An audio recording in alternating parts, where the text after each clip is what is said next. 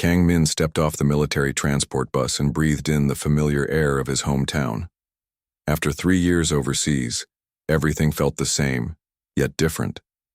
The streets were emptier, and many storefronts that once bustled with life now displayed for rent signs behind dusty windows. His mother waited at the bus stop, her face showing worry lines that hadn't been there when he left. She hugged him tightly, and Min felt how thin she'd become. "How's June?" Min asked about his younger brother while they drove home. His mother's hands tightened on the steering wheel. "He's been struggling. The factory closed last year and he couldn't find work. Then he started hanging with the wrong crowd." Min's heart sank. Jun had always been the artistic one, drawing comics and dreaming of becoming an animator. The boy who once created superheroes on paper now spent his days in a haze of pills and despair. Over the next few weeks, Min watched his brother deteriorate. Jun would disappear for days, then return hollow-eyed and shaking. Min tried talking to him, but Jun either slept or mumbled nonsense about the pain being too much. The pharmaceutical company that had flooded their town with opioids was now offering addiction treatment programs at premium prices. The same pills that cost $20 on the street were prescribed for hundreds at their clinics. One cold morning, Min found Jun unconscious on the bathroom floor. By the time the ambulance arrived, it was too late. The funeral was small, just family and a few of Jun's old friends who were still clean enough to attend. Min's neighbor, an older veteran named Park Won, approached him at the cemetery. "My grandson went the same way," Won said quietly. "The doctors, the police, the politicians, they all know what's happening, but nothing changes." "What are we supposed to do?" Min asked, staring at his brother's grave. Won was silent for a moment. "In the war, when the enemy surrounded us, we didn't wait for orders. We took action." That evening, a pharmaceutical company executive named Dr. Phillips held a public meeting to discuss their community wellness initiative. Min attended, sitting in the back of the packed auditorium. Parents, siblings, and children of addiction victims filled the room. Dr. Phillips, wearing an expensive suit, spoke about their company's commitment to fighting the opioid crisis. He mentioned new programs and partnerships while avoiding any mention of his company's role in creating the problem. An elderly woman stood up. "My son died from your pills. You created this mess, and now you want us to pay you to fix it?" Dr. Phillips smiled coldly. "Ma'am, addiction is a complex disease. We can't be held responsible for individual choices." The room erupted in angry shouts. People had lost spouses, children, siblings. They'd tried everything: rehab, therapy, prayer. But the drugs kept flowing. Min felt something snap inside him. He stood and walked toward the stage. The crowd parted, sensing his purpose. He faced Dr. Phillips directly. "My brother died 3 days ago," Min said, his voice carrying across the silent room. "He was 22. He started with a legitimate prescription after a car accident. Your company knew those pills were addictive, but you kept selling them." Dr. Phillips adjusted his tie. "I'm sorry for your loss, but we followed all regulations." "You followed regulations while people died? Young man, I understand your grief, but threatening us won't bring your brother back." Min hadn't threatened anyone, but Dr. Phillips was already painting him as dangerous. The executive called security and left through a back exit, dismissing the community's pain with a wave of his hand. Outside, Min sat in his car, hands shaking with rage. His phone buzzed, a text from Won. "Meet me at the diner on 5th Street. 1 hour." At the diner, Won sat across from Min, drinking coffee that had long gone cold. 20 years ago, I thought coming home from war would be the hardest part," Won said. "I was wrong. Watching our communities die while rich people profit, that's the real battle." "The whole system is rigged," Min replied. "They poison our brothers and sisters, then profit from selling the cure." Won nodded slowly. "In my day, we handled things differently. Direct action got results." "What kind of direct action?" "The kind that makes them listen." Won leaned forward. "I know others like us. Good people who've lost everything to this crisis. People with skills." Min understood the implication. Other veterans. People trained in tactics, strategy, logistics, people who knew how to fight back. I'm not talking about hurting anyone, one clarified. But sometimes fear is the only language these corporations understand. Min thought about Jun's empty bedroom, his mother's tears, the executive's dismissive smile. Every legal channel had failed them. The courts, the police, the politicians, they were all bought and paid for by the same companies destroying their communities. What do you have in mind? Min asked. One smiled grimly. Let me make some calls. As Min drove home that night, he felt something shift inside him. The grief was still there, but it was transforming into something else, something focused and determined. He looked at Jun's photo on the dashboard. I promise you, he whispered. They'll pay for what they did. 3 days after Jun's funeral, Min received a text from Juan with 3 phone numbers and names. Park Hana, Kim Do, and Choi Soo. Call them tonight, the message read. They're like us. Min started with Park Hana. She answered on the second ring, her voice tired but alert. After mentioning Juan's name, she agreed to meet at a coffee shop downtown. Hana arrived wearing scrubs, clearly coming straight from work. She looked exhausted with dark circles under her eyes. One said you lost your brother, she said, sitting across from Min. 3 overdose deaths in my unit since we got back, she continued, stirring her coffee absently. I was a combat medic over there, saved lives. Now I watch my friends die from pills and there's nothing I can do. She worked at the hospital during the day and cleaned offices at night. Her younger sister was fighting addiction and Hana couldn't afford the treatment programs. The same people selling the poison control the cure, she said bitterly. Next was Kim Do. They met at a veterans center where Do volunteered, teaching kids martial arts. He was quiet at first, but when Min mentioned the pharmaceutical company, Do's expression darkened. They prescribed me pills after I got injured, Do said. When I tried to stop, they gave me more.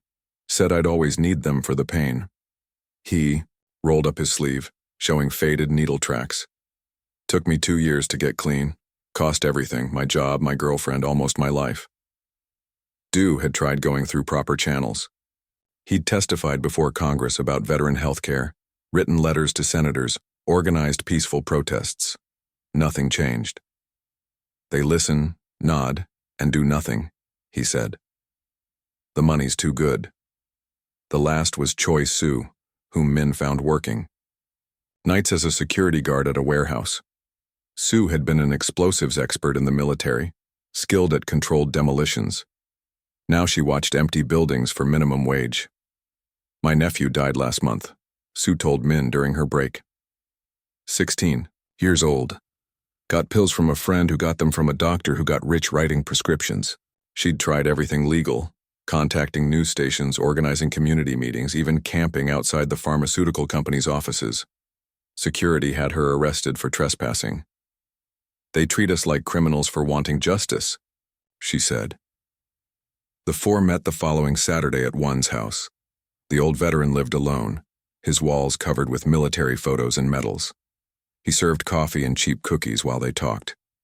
We all tried the right way, Hana said. Following the rules, trusting the system, how'd that work out? Min looked around the room. These were people who'd served their country, only to come home and watch it being destroyed by corporate greed. They'd lost siblings, children, friends, and the people responsible lived in mansions. The company makes billions, Do said. They pay fines that barely touch their profits. To them, it's just a business expense. Soo nodded. While we can't afford to bury our dead properly, One cleared his throat.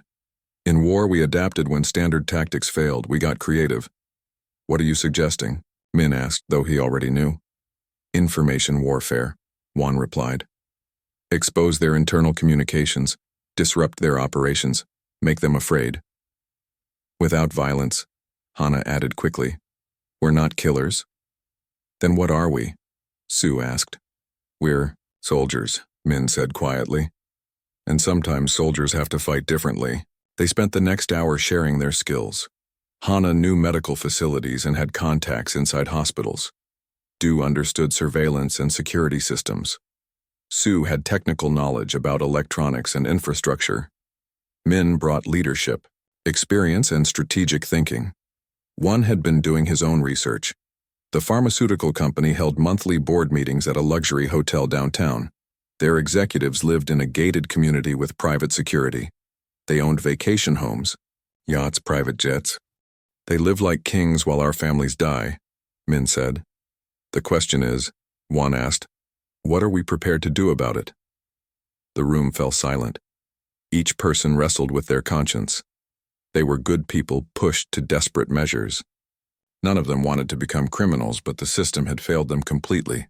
Du broke the silence. My unit motto was adapt and overcome. The battlefield changed, so we changed too. Hana nodded slowly. When I was overseas, I took an oath to protect people. Maybe that doesn't end just because I'm home. Sue smiled grimly. My nephew would want his death to mean something. One pulled out a map of the city. Then let's get to work. They made no specific plans that day, but something had shifted. These weren't random criminals or terrorists. They were trained professionals who'd been betrayed by the very society they'd sworn to protect. As they left that evening, Min felt a mix of fear and determination. He thought about June's dreams, his mother's tears, and Dr. Phillips's dismissive smile. The peaceful methods had failed. Now it was time to try something else. Same time next week? Hana asked at the door.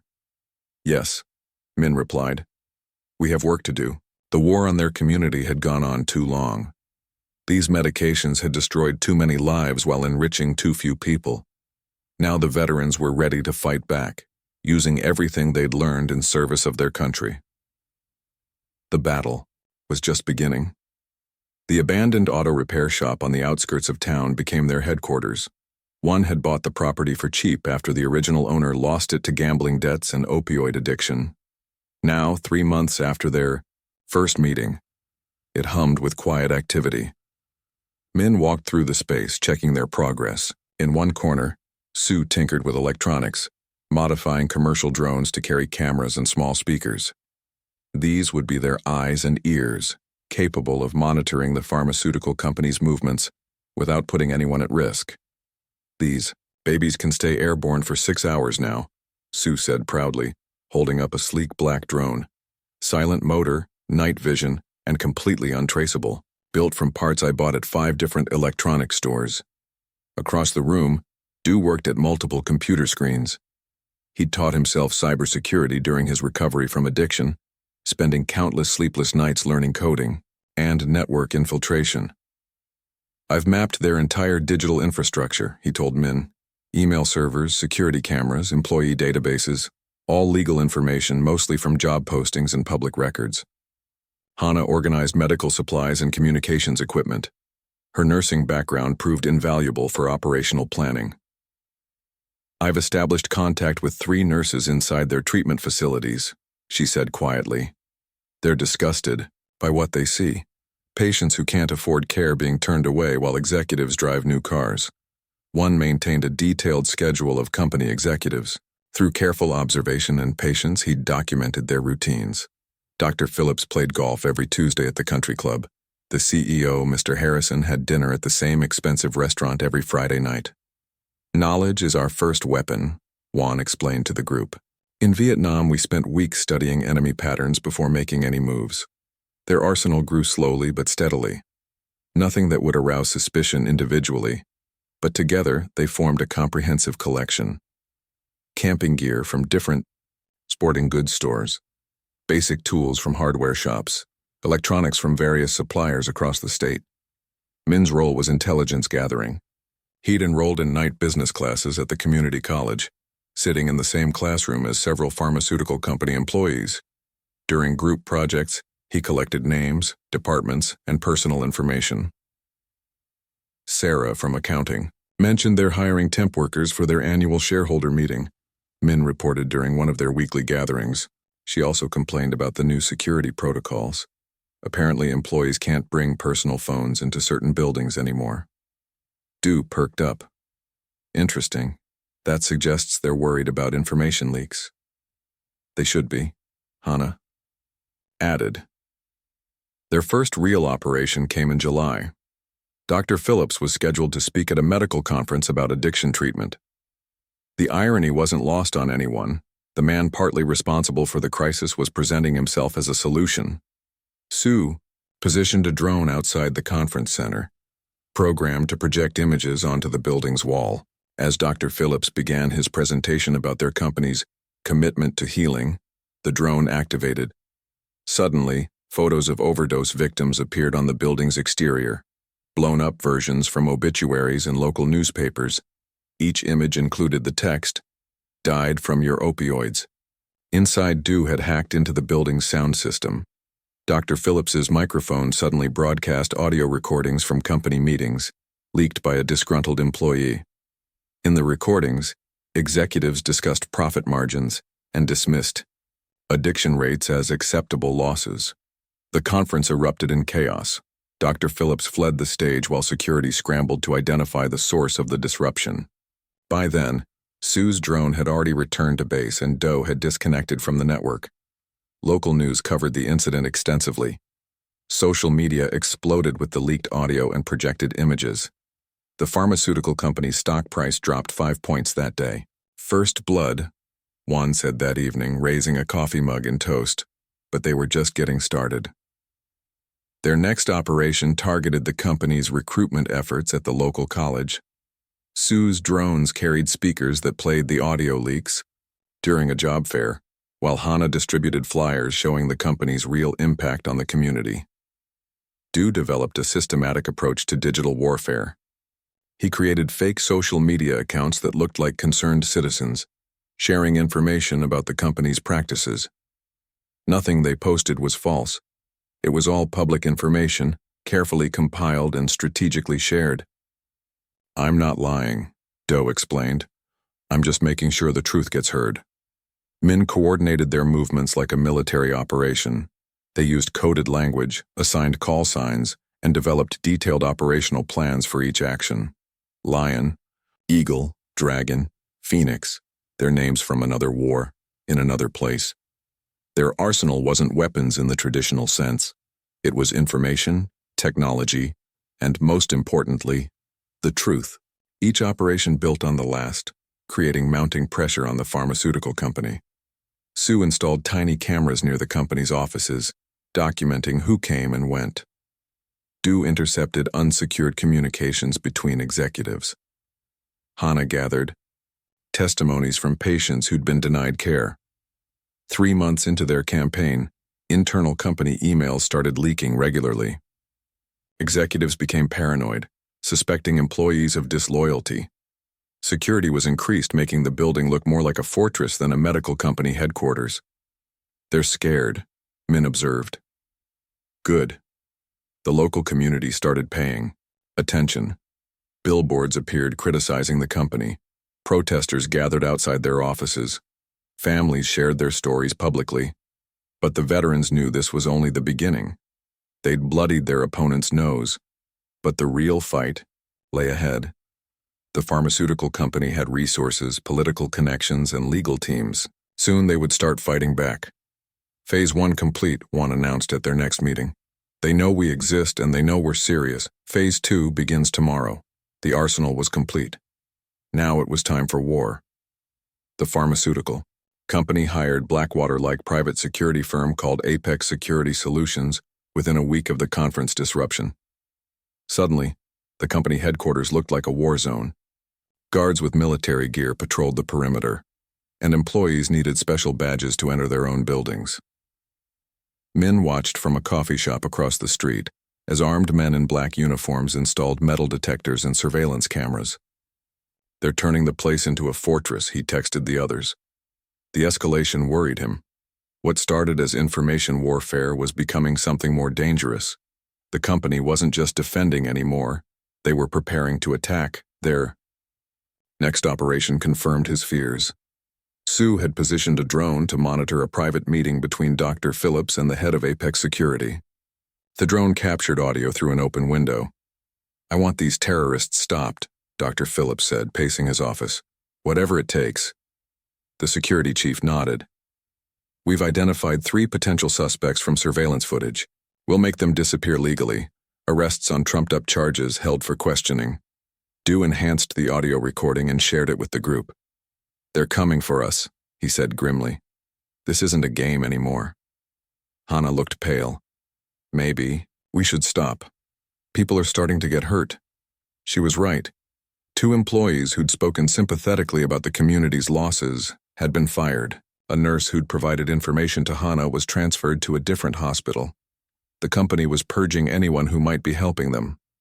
But stopping wasn't an option. The community had started supporting them. Families who'd lost loved ones were coming forward with their stories. Local businesses were refusing to serve company executives. Min decided to increase the pressure. Their next target was the company's annual shareholder meeting. Sue's drones would document who attended, while Du would hack into their presentation system.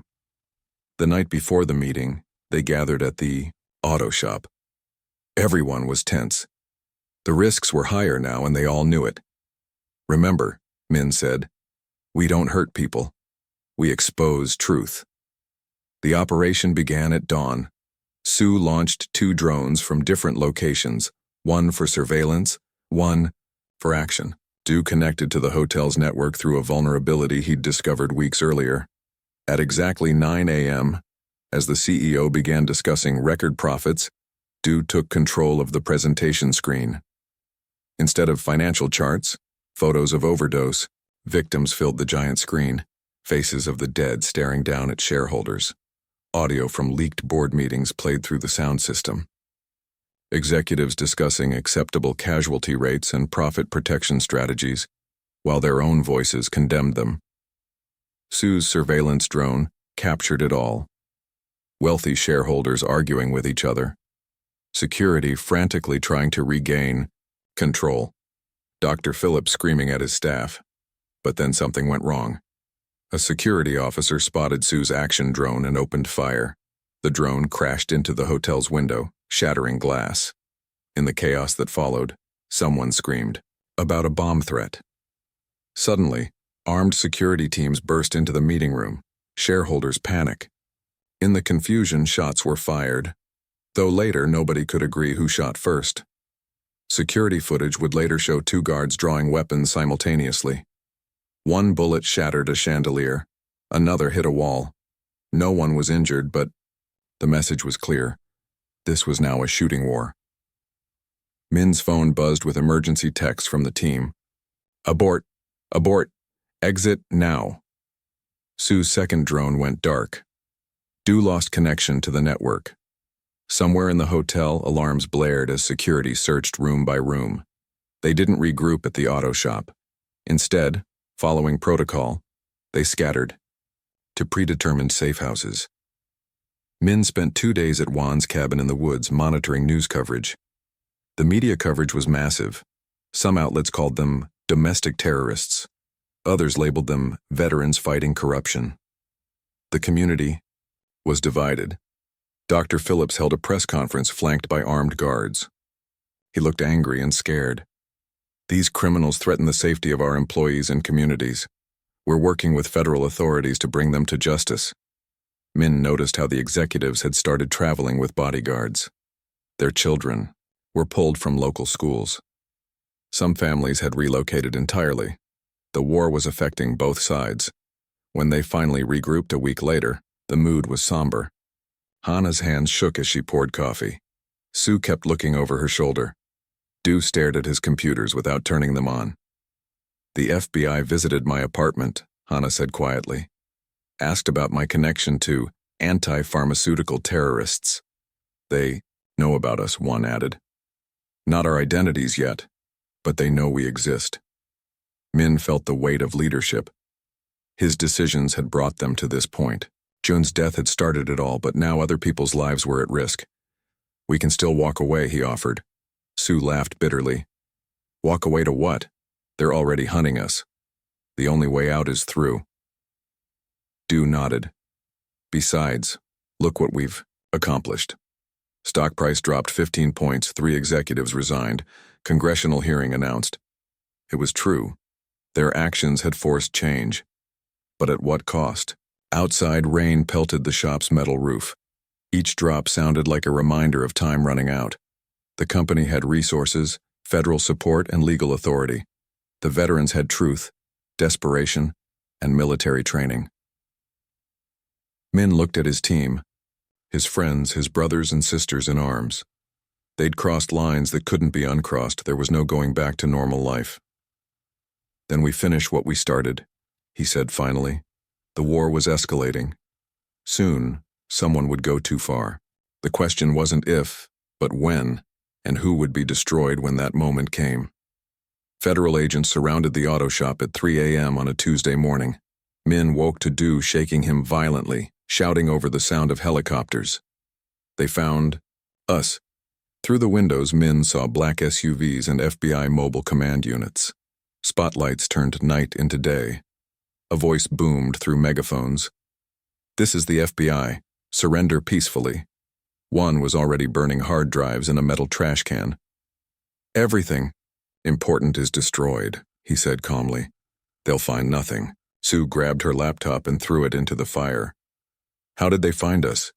The answer came 30 minutes later, when Hannah walked through the front door, flanked by 2 federal agents. She looked exhausted and broken. "I'm sorry," she whispered, tears streaming down her face. "They threatened to arrest my sister's kids, put them in foster care. I couldn't let that happen." Min felt his world collapse. Hannah hadn't just betrayed them. She'd given up their location, their plans, everything. But looking at her pain, he understood. The system had found her breaking point. "I told them you never wanted violence," she continued.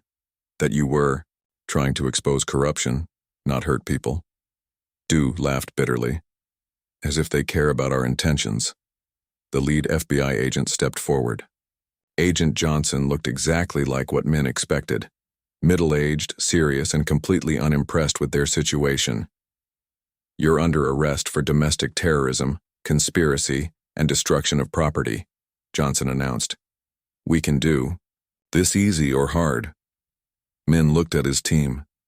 Sue had tears in her eyes but stood straight, military posture intact. Do stared at his hands, probably thinking about his sister and the addiction that started everything. One just nodded, like this was always how it would end. "No violence," Min told them. "We surrender." They were processed separately. Min spent 18 hours in a holding cell before his first interrogation. Johnson sat across from him in a windowless room, folders stacked between them. Kang Min, 2 tours overseas. Purple Heart recipient, exemplary service record. Johnson flipped through papers. What happened? Min thought about John's funeral, Dr. Phillips's dismissive smile, the executives getting rich while communities died. But how could he explain that to someone who probably had good health insurance and a stable pension? "They killed my brother," Min said simply. "The pharmaceutical company? The system. The whole system." Johnson leaned back. "You and your friends cost that company $40 million in damages and lost business. Stock prices crashed, executives resigned. That's real economic terrorism." "Good," Min said without hesitation. Johnson pulled out photos, drone surveillance, security footage, social media posts. "We know everything you did. The drones, the hacking, the leaked audio." "Then why are you asking me?" "Because the public is paying attention." Johnson closed the folder. "Half the country thinks you're heroes. The other half wants you executed. Congress is demanding hearings about veteran affairs and opioid accountability." Min realized something important. Their arrest wasn't the end. It was the beginning. The real battle would happen in courtrooms and congressional hearings. "What do you want from me?" Min asked. "Cooperation, full confession, names of everyone involved. You already have those. We want you to testify against the pharmaceutical company." Min stared at Johnson. "You're asking me to become a witness? You have information about their cover-up efforts, internal communications, evidence of bribery and corruption that goes beyond what you made public. It was a deal. Confession and cooperation in exchange for reduced sentences and the chance to finally testify about what they'd discovered." Min agreed, but demanded one condition: a public trial, not a plea deal behind closed doors. The trial lasted 6 weeks. Media coverage was intense. Every day, families of overdose victims packed the courtroom. Veterans organizations rallied outside. Protesters on both sides clashed regularly. Min testified for 3 days. He talked about June's dreams, the pills that destroyed their community, and the executives who profited from misery. He admitted to everything they'd done but refused to call it terrorism. "We were soldiers," he said on the witness stand. "We served our country, and when we came home we found it being poisoned for profit. We tried legal channels. We tried peaceful protests. When everything failed, we used our training to fight back." Du testified about the cybersecurity vulnerabilities they'd exploited, all public knowledge that the company had ignored. Sue explained how their drones were built from commercial parts, nothing that couldn't be bought online. Even Juan, despite his age, testified about watching communities destroyed by opioids while executives bought yachts. The prosecution argued they were dangerous criminals who threatened public safety. The defense maintained they were patriots fighting an unjust system. Hannah testified last for the prosecution. She described their plans, but also explained why normal citizens felt driven to such desperate measures. Her testimony humanized them. All the jury deliberated for 8 days, guilty on most charges but with strong recommendations for leniency. Min received 12 years, reduced to 6 for cooperation. Du got 8 years. Sue received 6. One, due to his age and cooperation, got house arrest. Hannah received community service for cooperating.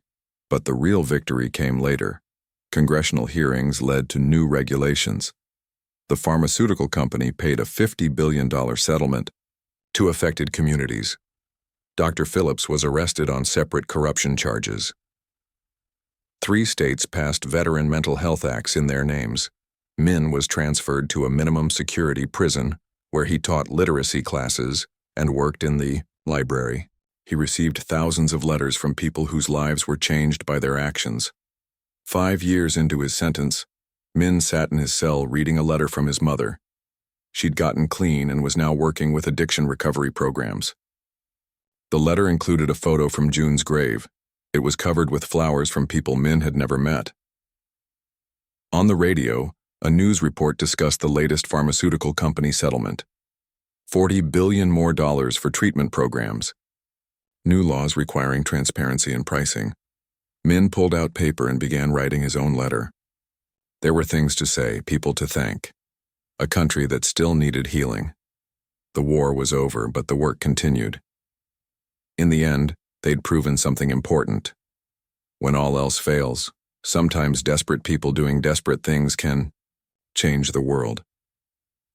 The cost was high, but the alternative, watching their communities die while rich people got richer, was unacceptable. Min smiled and kept writing. Jun would have been proud.